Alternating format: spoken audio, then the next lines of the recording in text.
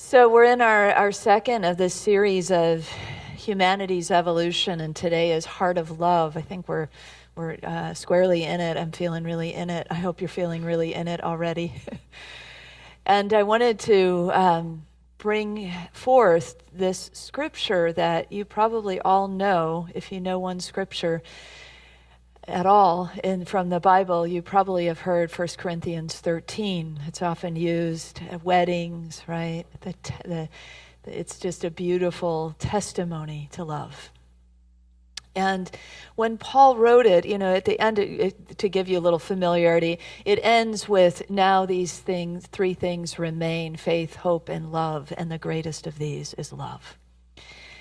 And when Paul wrote it, it was a letter to the Corinthians, to the church of Corinth, and there they were having a lot of conflict.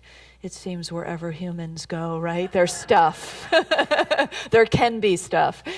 And that church was just trying to get it, they're all coming together, and they're coming together from all different walks of life that haven't been together before, really, in one place, and then celebrating and learning about their spirituality together. And there were people from, the various classes. Mostly there was the rich and the poor, not a lot of in between. And, there were Jews and pagans, and there were different ideas about marriage and how the rules and regs of that go. And there were just all kinds of stuff going on that caused a lot of clash. So Paul wrote this to them as a kind of balm, an antidote to conflict, right? All about love, the power of love. And that is what love is in one way, isn't it? It's an antidote to wherever we have conflict, wherever we have clash, wherever we have misunderstanding or fear. And it's so much more than that, because it's still alive and well for us today. Has anybody ever read the end of the book before the beginning of the book? Do you ever do that? Anybody ever go to the end anyway to just see where are we headed here? Yeah, a few of us have done that before, especially with nonfiction. I'll do that. Fiction, I don't want to ruin the plot. But and so it's kind of, today what I'd like to do is reverse 1 Corinthians 13 and go to the destination first, and then we'll backtrack, okay? And so here's the destination. This is the end of, right before the end of the greatest of these. And it says, "For now we see in a mirror dimly, but then we will see face to face. Now I know only in part, but then I will know fully, even as I have been fully known."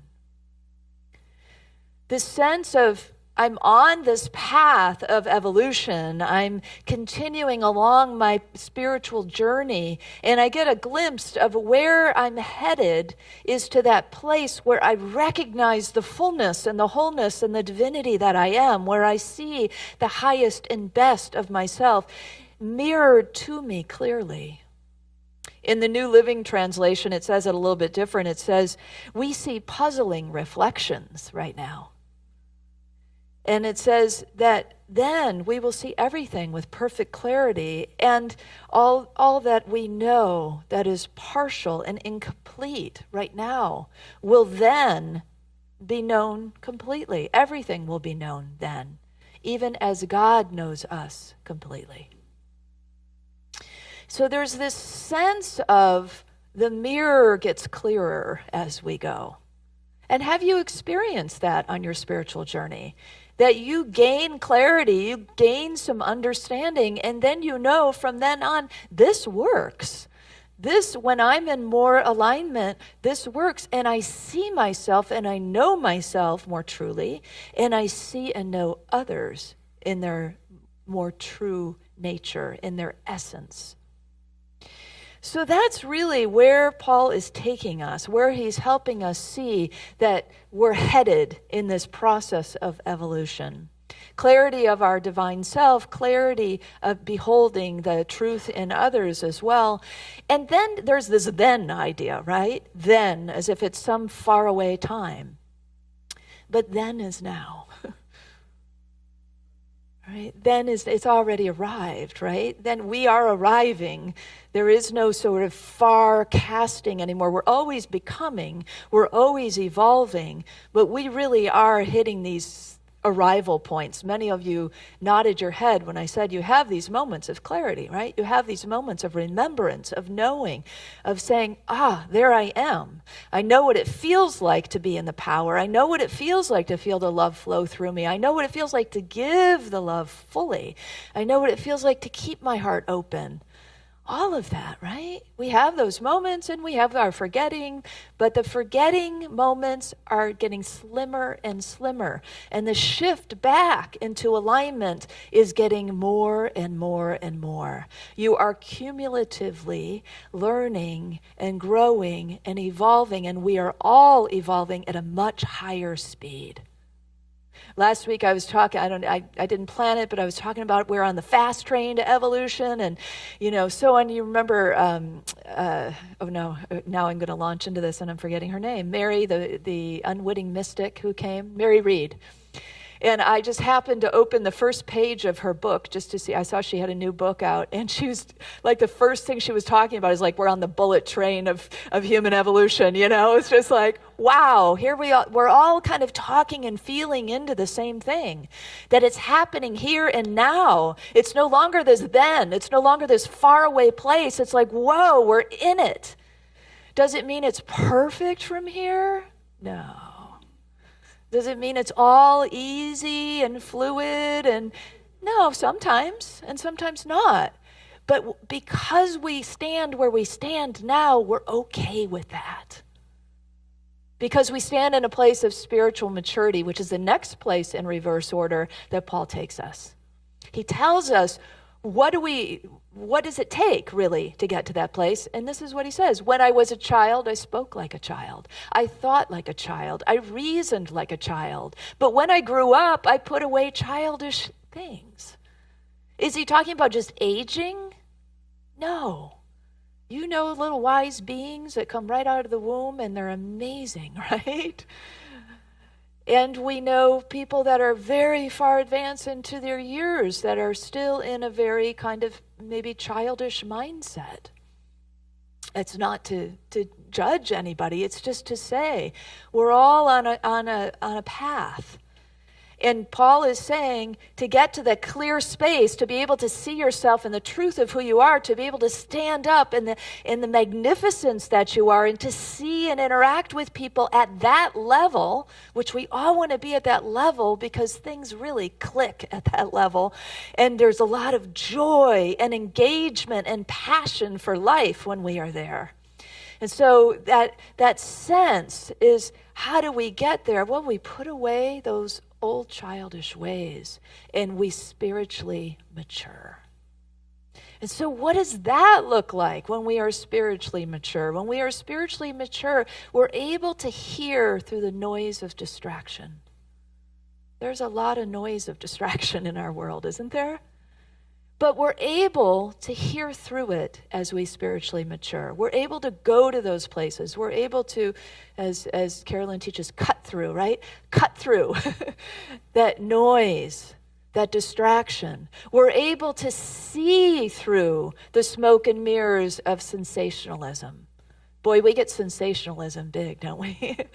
There's been a frenzy in the media that just seems like it's nonstop from all angles, and it just continues and it continues. But then we are able then to stand in a space that says, okay, I can see what I need to see. I can extract what I need to know, and I can move forward and not waste my time any longer getting sucked into dramas or what ifs, and so on it goes, right?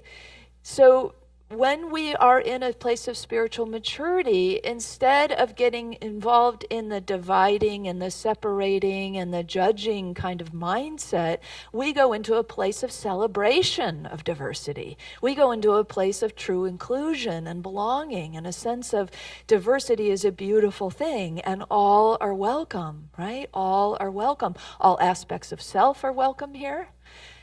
All expressions of humanity are welcome in my circle, in my community, in my spaces. In fact, they are celebrated. That's what love does. And that's what love does as it matures through us. It helps us grow. When we are in a place of spiritual maturity, we disengage from drama, right? Drama may come your way, but you don't have to get in the sandbox with it. You go sinking down, down, down, right? Instead, you can be in a space of honoring the feelings that are present, holding to the facts. There's a place for decency and honesty and integrity when we are spiritually mature. There's not really a lot of space for drama. Why do we even want to go there? Well, drama like theater, that's fun, right? But not like everyday drama. Theater in everyday life, not so great. Yeah.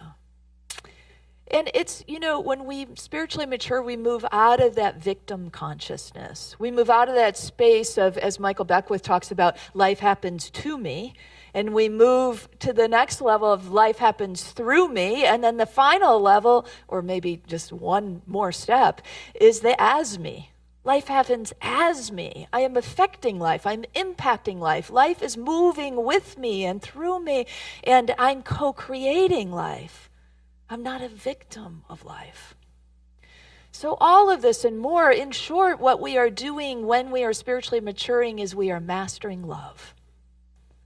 One step at a time, one relationship at a time, one feeling at a time, one moment at a time, one connection at a time. And all of it at once. Because nothing really seems to move at that slow pace anymore. Yet, we can be in that stillness. We can be in that ever-present moment that reminds us of who we are. And we can relish and revel in that space as well. So my mom has been living with us for a couple of years, and she was diagnosed with Alzheimer's. I think it was about 4 years ago. She has some physical issues as well, and she's changed a lot. I mean, I see it even weekly and monthly. I see, changes happening. Some of you are caregivers of parents or have had, loved ones in your life who are going through changes through their aging process. And some days it's really sweet, and some days it's quite challenging, to see somebody change so much. And my mom is not a unitic. She's a friend of victim consciousness. She knows victim consciousness really well. Her mantra every day is aging sucks. And it often is followed by, I bet you can't wait to get like this or to be here. And I think the old school new thought, cancel. Because that is not my path. But it is my mom's path for whatever reasons. And at this point, I don't think teaching or changing mindsets is really, it's never ours to do anyway. Exactly. But to be, right? Just to be the best we can be. But what is mine to do and what is Brenley's to do is to be the presence of love. In every way we can possibly be. Be the infinite presence of patience. Patience. Wow, that has been a lesson, right? Everything moves at a different pace. And you have to do a lot of things over and again. And it's just part of the process, right? We get to be the presence of compassion and to give somebody dignity. It is a spiritual maturation process every day, an opportunity to grow. And I know many of you have had these experiences in your life in various ways that have come to you. And I say, embrace it. Meet it with so much love. You can't even believe there's that much love in you. And it's and then it, something hits you sideways and you go, you know what? I'm going into love and I'm standing in love and I'm being love and I'm being compassion and I'm being patient and I'm being kindness and I'm being inclusive and I'm being thoughtful and I'm going to turn around and do it again right now and I'm going to turn around and do it again right now. And no matter what is said or what is done, my mom's an excellent food critic. And Brenley has learned. I'm like, honey, don't ask. Don't ask how the dinner is. Don't ask how the food is. Just button it up. And it's so hard not to. We're trying to make conversation, right? How's dinner? don't know.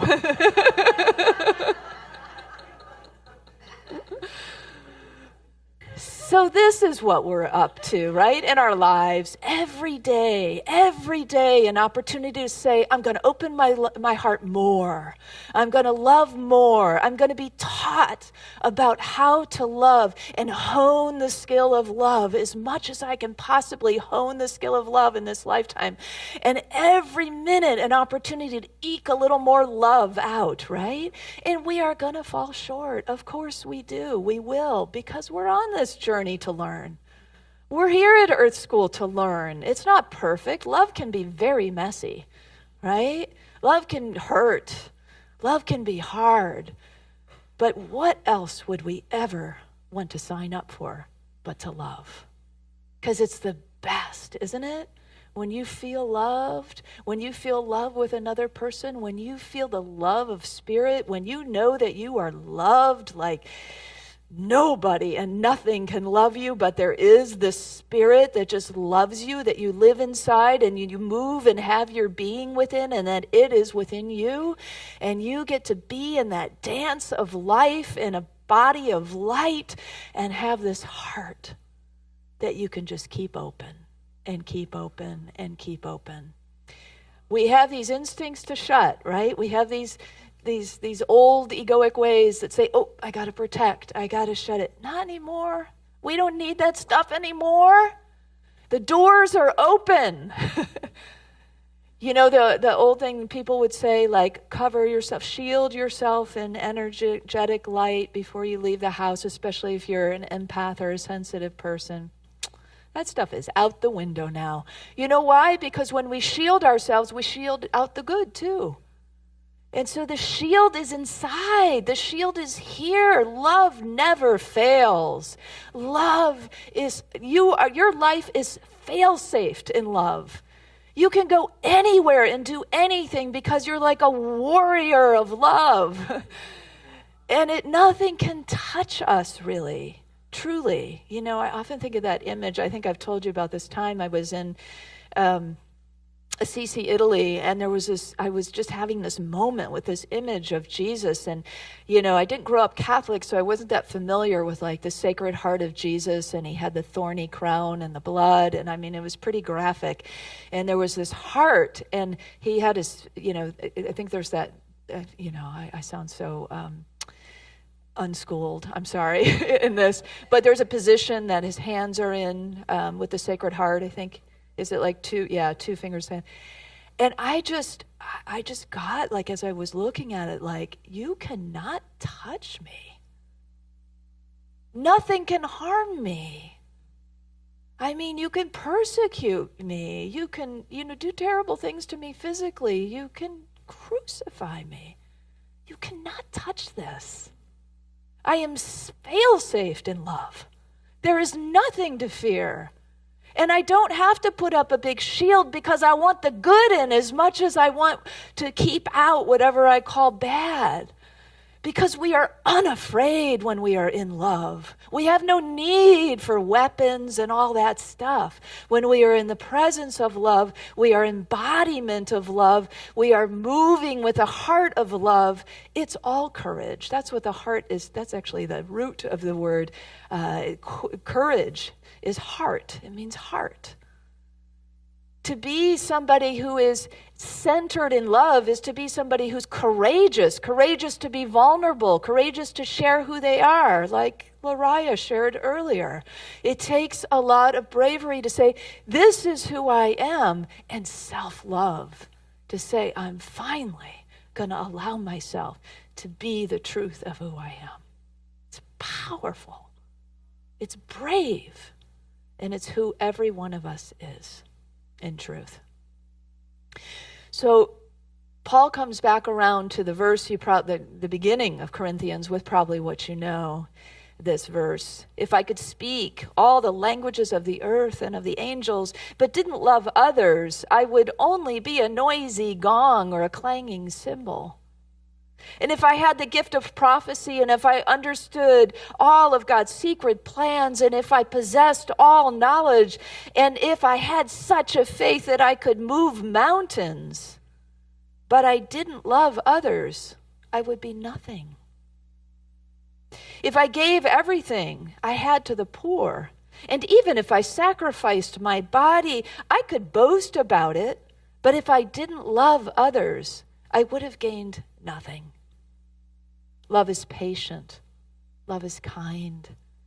Love is not jealous or boastful or proud or rude. It does not demand its own way. It's not irritable, and it keeps no record of wrongs done. Right? We all know that move, don't we? That's why everybody's laughing. So you know the move, right? You got the back pocket list.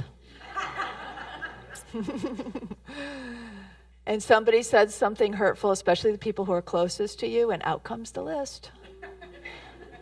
It's a long scroll. It might even be pretty writing, you know? And we can go one by one through all the things that have happened that we have been wronged by. But love doesn't do that, so you better burn your scroll. Love never gives up. Love never loses faith. It's always hopeful. It endures through every circumstance. It does not rejoice in injustice, but rejoices whenever the truth wins. In sum, love is everything. And nothing else, it seems, matters when it doesn't have love. Nothing is gained without love. Nothing maybe even really exists without love. Interesting, in this version that I just read, the New Living Translation, it doesn't say without love or if I had not love. It says if I didn't love others. Very specific, if I didn't love others. It gives us our marching orders to go out there in the world and love others, because that's really what it's all about. That's how we put our love into action. So there's a mirror in every relationship, right? There's an opportunity to use that mirror in every relationship. And the more we evolve, the closer we get to that clarity of seeing the truth. And seeing the divinity and the goodness in another is, guess what? A reflection of ourselves. So our relationships also are holding up mirrors for us. As Eckhart Tolle said, did you know relationships aren't to make you happy? What? It's like, wait a second, that just ruined every romance movie I've ever seen. Are you kidding me? He says, relationships are here to make you conscious. It's a nice reframe, isn't it? And then guess what? When we get more conscious, we get happier. So it happens anyway. There are cultural creatives all over the globe that are doing amazing things right now to evolve us on all kinds of levels, and education and environment and technology. I mean, the innovations and the thinking behind a lot of it, and really the heart behind a lot of it, is pretty profound. Most of the things that I've seen all have a spiritual component in it that's the linchpin of how the thing works. Right? This works if we have this part. There's something called Theory U by Otto Scharmer. And the U is about connecting with each other. And at the bottom of the U, it's all about connecting with source and presence. And it's absolutely essential to go through the bottom of the U to do that, to drop into the depth of U, I guess we could say, to go through that arrow that shoots us up into the evolving future. And you can look at spiral dynamics, all this collective spiritual that goes upward, and this has the same ideas in it, very spiritual. The Great Turning by Joanna Macy, who's a deep ecologist and Buddhist teacher. She talks about our times as a time of the Great Turning, and all of her teachings are very spiritual about how we make the turn to move together and create a world where all life is awakened and all life thrives in conscious oneness, as our vision says here at Unity.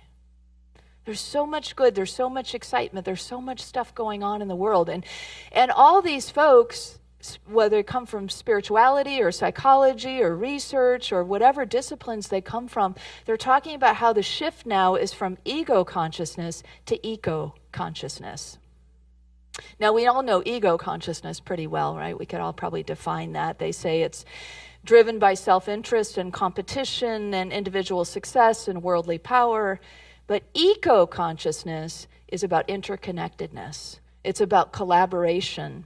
It's about having the kind of heart that says, I care about the greater good. It's about the sense of that we're all in this together, that I care about the well-being of others because we understand that we are inextricably linked. We understand, in fact, deeper still, that we are one. And so we are moving together as one. We basically have two operating systems, right? The brain and the heart. These are, the body, of course, is holding all of this, and the body has its own wisdom. But these main operating systems are what we use to move through the world, at least right now. And often when we go to the mind, we don't access so much the higher mind as habitually, but we're really good at accessing what's called the lower mind or the surface mind, or just the mind that is in the physical realm, which also, plays into the ego. And it's through that, it's kind of like we've used that kind of to its fullness in terms of solving everyday problems. What Einstein said, you can't solve things at the level of the problem, right? That same level that it was created. But yet we still try over and over and over again, Years ago, my niece was in a relationship, and the rest of the family didn't really see it going anywhere, but, we do what we do in relationships, right? We have to play it out for ourselves. And every time she'd come to a family gathering, and usually he wouldn't come, I'd say, how come Richard didn't come? Oh, he's home trying to figure things out. This was the refrain. Trying to figure things out was many years of figuring things out. She worked 2 jobs, paid most of the bills, did all the cooking, all the cleaning, so on, right? And she just stood by thinking he was going to figure things out because he said he was figuring things out. But I don't think he ever figured. I hope he's figured things out by now, but she's moved on. But that's the thing, right? That's what we do. It's like, I'm going to figure it out. I'm going to figure it out. I'm going to figure it out. And we go through the problem, and we mull through the problem, and we lay awake at night trying to figure out the problem. But it's at that same level. And guess what? All the while, we've got this other operating system. It's a solution center. The heart is a solution center. It's like, wow, all I had to do was drop into my heart and ask my heart. That's all that had to happen. And then I could have had my answer, and I could have moved on, and I could have resolved this issue. I could have healed this thing. Yes. I'm here to tell you, yes. That's it. We're just habitually trying to figure it out on the same wheel. And all the while, we've got this amazing solution center, healing center, place of that's portal to the divine love, the portal to the presence of God. And all we got to do is drop in and ask. Kids get this very organically, and that tells us that it's very natural for us to go to our hearts. I remember when Grace, our goddaughter, was living with us, and she was struggling with some things, not figuring out how to do something, and I said, well, what does your heart say? Immediately she had her answer. It was like I hardly skipped a beat, and she knew. Because it's natural for us to go to the heart. It's natural for us to go to love and let love pour forth its gifts for us, to each other. So when we go to the heart center, how do we go there? Well, we always want a way and a how-to. So meditation, we know. Heart math has all kinds of practices. Heart-centered listening. But let's not complicate it either. Breathe, drop into your heart. You're there. You're there. You're in the presence of love. You're in the portal to divine love. You're being reminded of the truth of who you are. You can flow out that love with such ease because you start to fill up with it in no time, just like in our meditation. You're just, we take a few moments in the silence and we hear some beautiful music, and suddenly we're just flowing with love. And when there's so much of it, we just share it. And guess what? It keeps filling. It's like an eternal spring. There is no end to the source of love. It's infinite. And we're plugged into it. And we're made of it. And we're here to share it. And that, my friends, is what the world needs. Love. Love, love. There's a cry for love out there. There's a desire for love in here, right? And it's already here. So let's stop figuring it out and start flowing it out. Saint Teresa of Avila was, just an example of somebody who had so many life challenges and so many accomplishments all at the same time. She lived during the Spanish Inquisition. She was pretty much single-handedly reforming the Carmelite order. She would go out on stagecoaches across the rough countryside, and she would speak and teach under intense gender repression. She had major health challenges, so you can imagine what those journeys were like. The order had financial issues, on and on it goes. And yet, in the midst of all, she spoke, she taught, she wrote a book. I mean, it's kind of painful to read the beginning of her book because you can see how she had to write what a lowly woman she was and how much the men knew in the church, and so on, in order to even publish it. But she got it out there, considered a mystical masterpiece, The Interior Castle. But here's what she said. It's not, the important thing in life is not to think much, but to love much. She had to think a lot to make her way through all of that.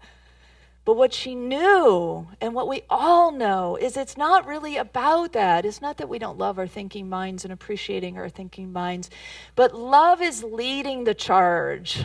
Love needs to lead the charge. It's time for love to be put at the front of this course that we are cutting together into a new humanity, into a new earth. And if we individually let our hearts lead the way, let love lead the way, we contribute to the energy of that is moving us up and out into the human family and the earthly, new earth experience that we are all wanting and heading for. So we got to trust it, right? Trust the process, trust the heart. Brenly's nephew and girlfriend were visiting, and we went up to the American River and went rafting a couple weeks ago. And I don't think we'd ever been in rapids, and it was like a level, it wasn't 5, but it was a level 3 rapids.